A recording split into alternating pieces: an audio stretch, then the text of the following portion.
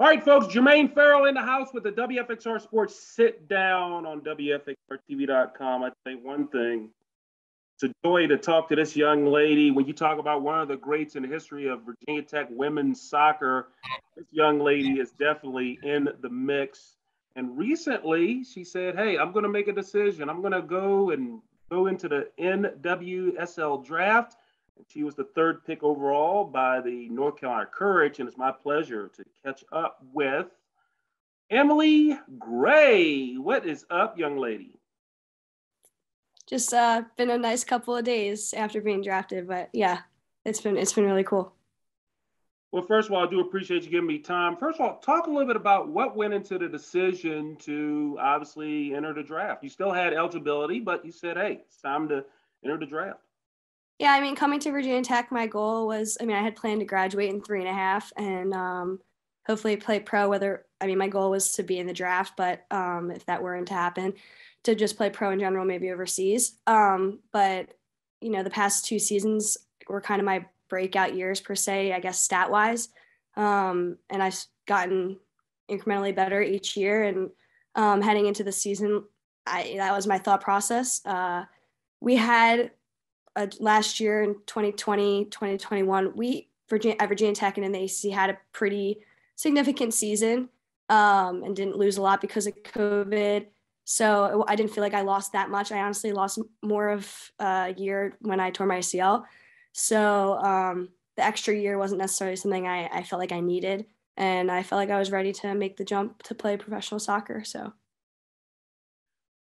then Saturday rolls around and, it comes down and your name is brought up there with the North Carolina Courage. Just talk about that moment when you saw your name up there and then you got drafted.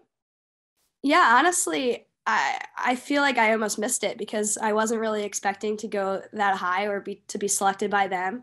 And I was just kind of sitting there, and SA, my roommate and teammate, was behind me, and somebody had called her that was slightly ahead, and I was kind of like, did someone cool get drafted? And it turned out to be me.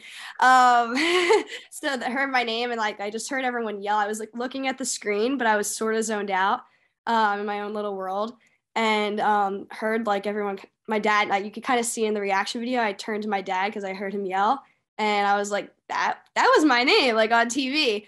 So that was just really cool. And yeah, I had no idea I was going to get picked that high. And I'm just really honored to be wanted by the Courage. I got to ask you this question. What was it? Growing up, and playing soccer, obviously, as much as you have, was that the goal? Was that kind of the angle? Hey, I'm going to be drafted. I want to play pro soccer. Yeah, I think growing up, it was, the women's leagues haven't always been super stable. So I think the NWSL was in 2011, 2012. Maybe it became, I'm honestly not even sure of the year because the leagues were really unstable at the time. And so growing up, it was women's national team. You always saw them, the Olympics, the World Cups, winning those. And being a Jersey girl, Carly Lloyd was somebody we always watched. And so that was kind of my goal, play professional soccer. But at the time, there wasn't really a league. But in my younger adult years, NWSL has started to really flourish, and playing pro soccer and being drafted, that became a reality. So yeah, I think that was something I always wanted to do. So earlier, like I said, it was national team was more of the public thing to dream of.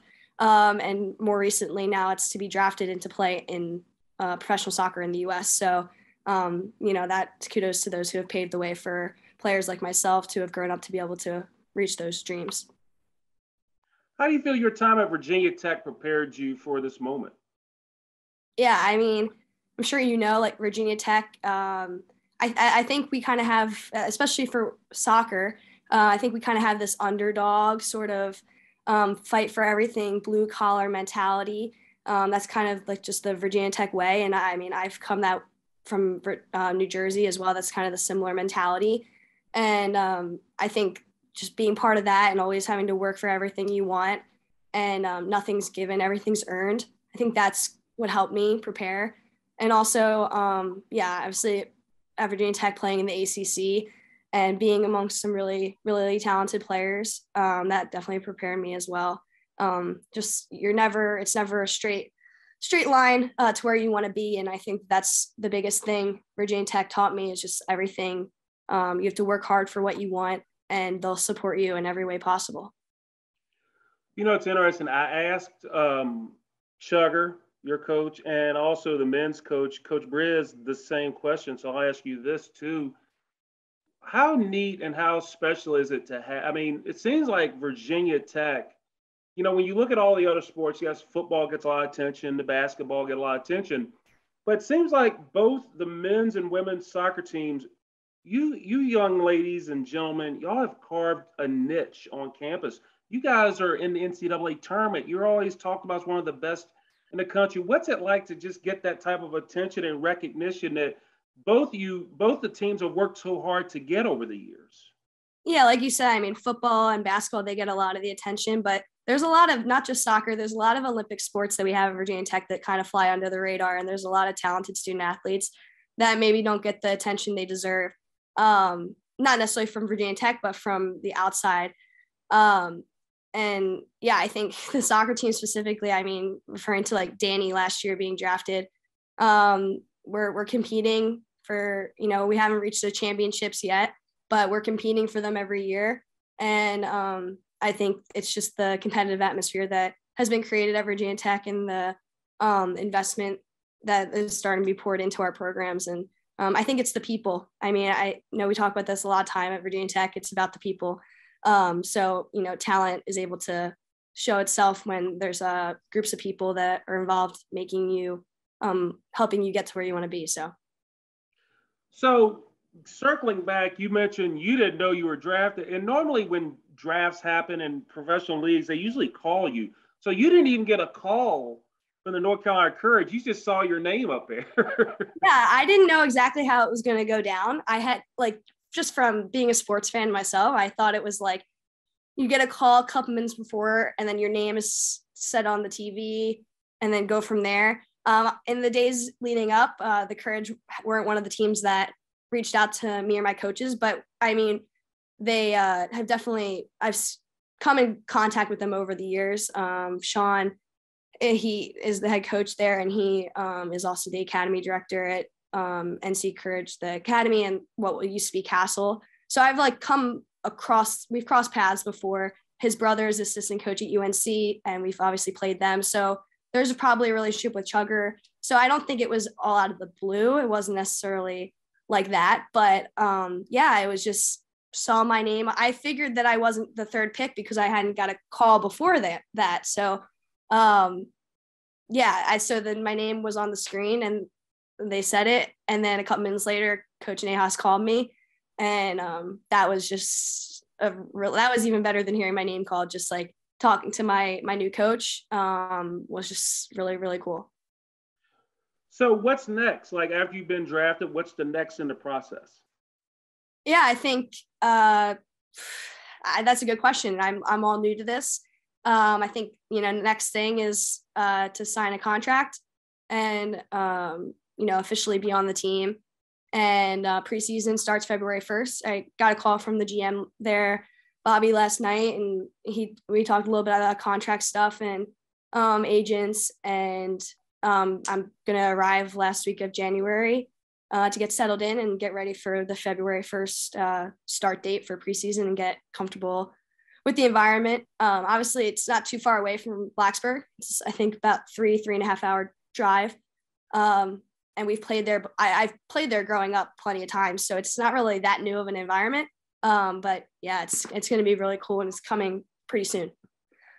Now, what's interesting, and I'm just looking over their history, they win a lot of championships down there. So you're entering a good setup.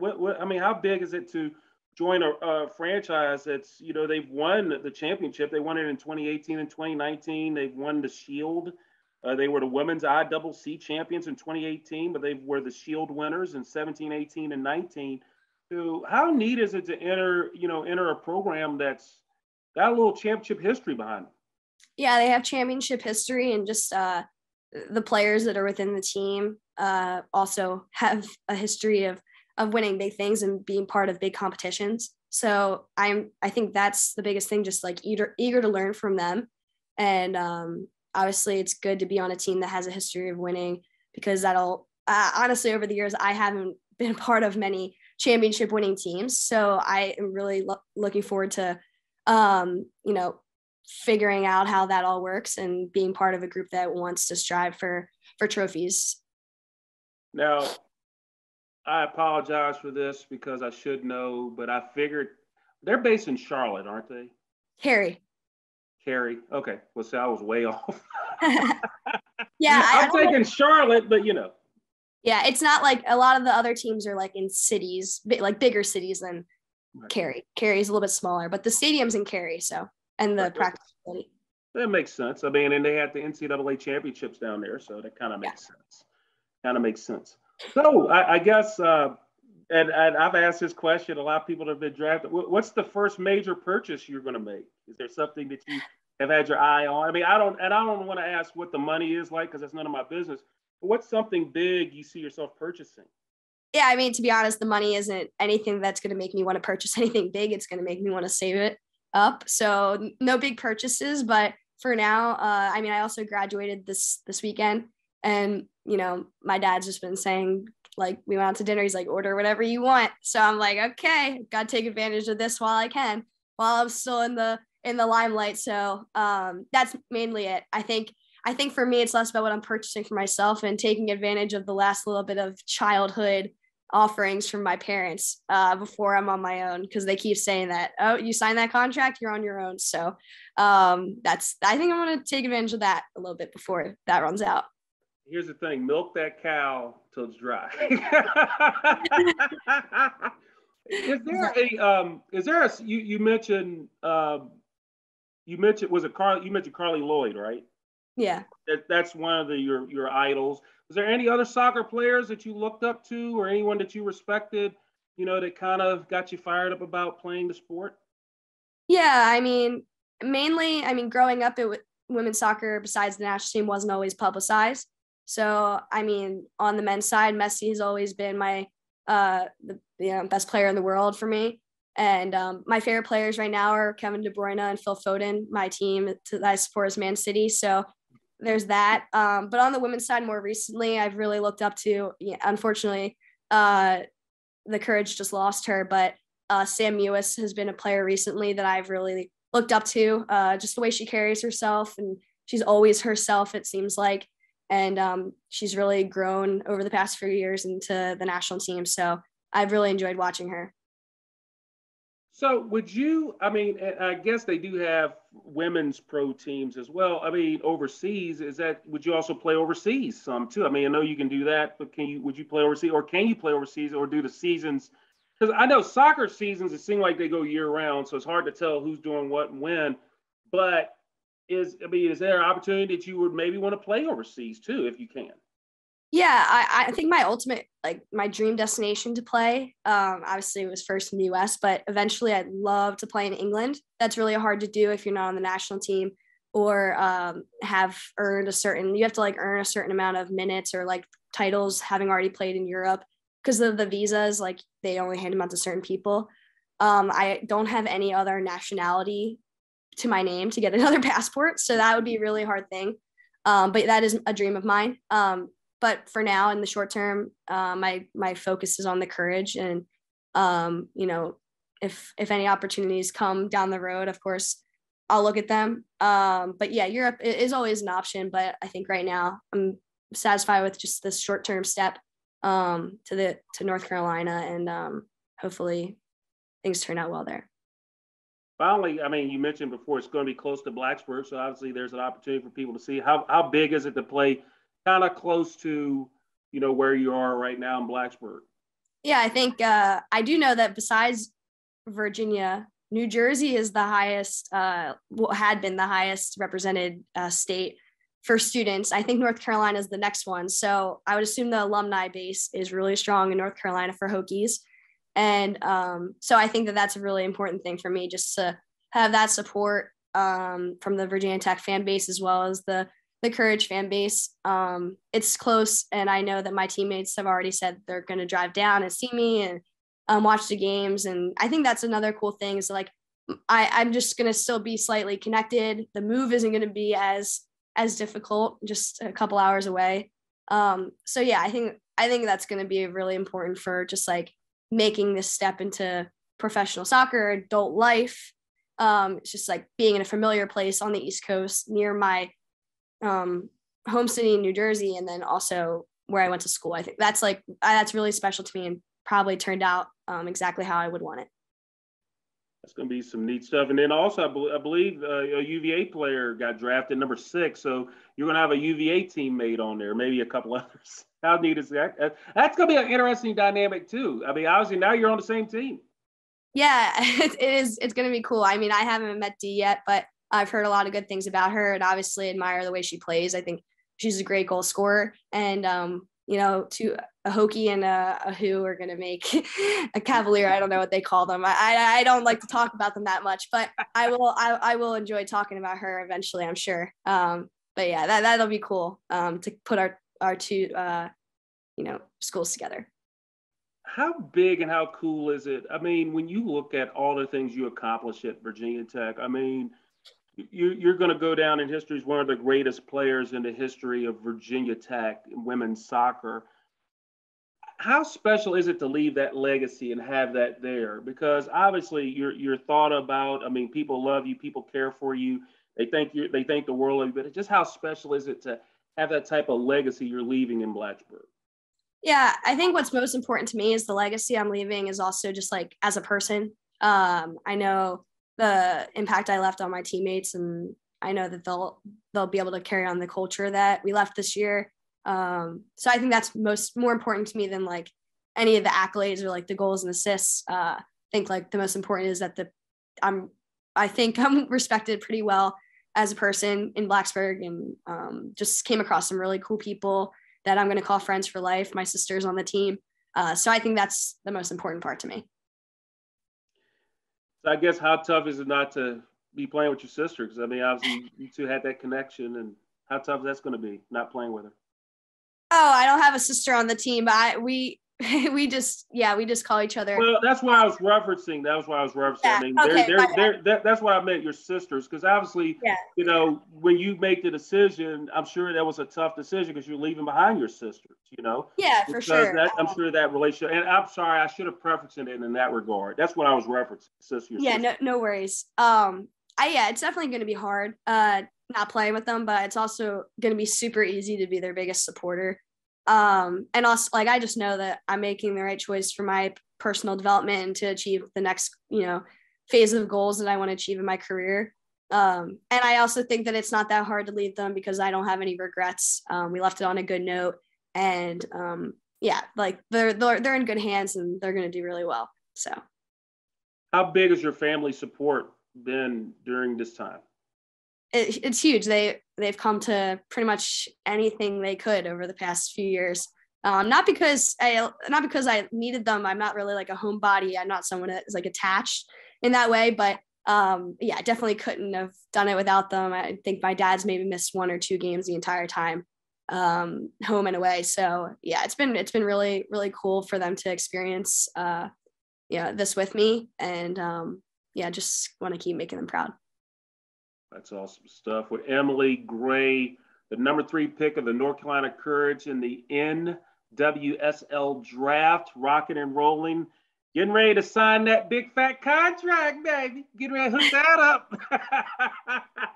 But make sure that the parents still take care of it until you sign it. But until then, good stuff there. Congratulations, kid, and good luck. Thank you.